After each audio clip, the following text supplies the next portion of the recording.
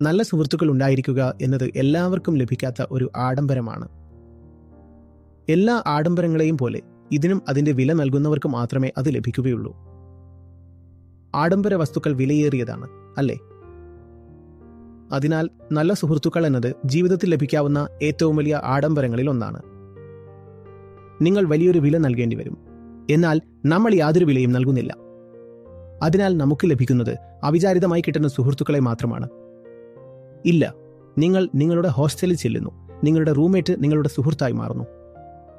അത്തരത്തിലുള്ള സൗഹൃദം ഒരിക്കലും അത്ര നല്ലതല്ല. അത് ഫലപ്രദമോ നമ്മളെ ഉയർത്തുന്ന കൂട്ടുകെട്ടോ ആകാനുള്ള സാധ്യത 100-1 മാത്രമാണ്.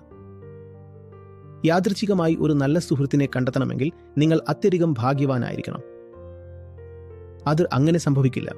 നിങ്ങൾ എവിടെയാണോ അവിടെ തന്നെ നിൽക്കുകയും നിങ്ങൾ എങ്ങനെയാണോ അങ്ങനെ തന്നെ തുടരുകയും ചെയ്താൽ നിങ്ങളെപ്പോലെയുള്ള സുഹൃത്തുക്കളെ മാത്രമേ നിങ്ങൾക്ക് കണ്ടെത്താൻ കഴിയൂ. യഥാർത്ഥത്തിൽ സുഹൃത്തുക്കളെന്ന് വിളിക്കപ്പെടാൻ അർഹതയുള്ള ആളുകളെ നിങ്ങൾക്ക് കണ്ടെത്തണമെന്നുണ്ടെങ്കിൽ നിങ്ങൾ അതിനായി പരിശ്രമിക്കുകയും ആഗ്രഹിക്കുകയും വേണം.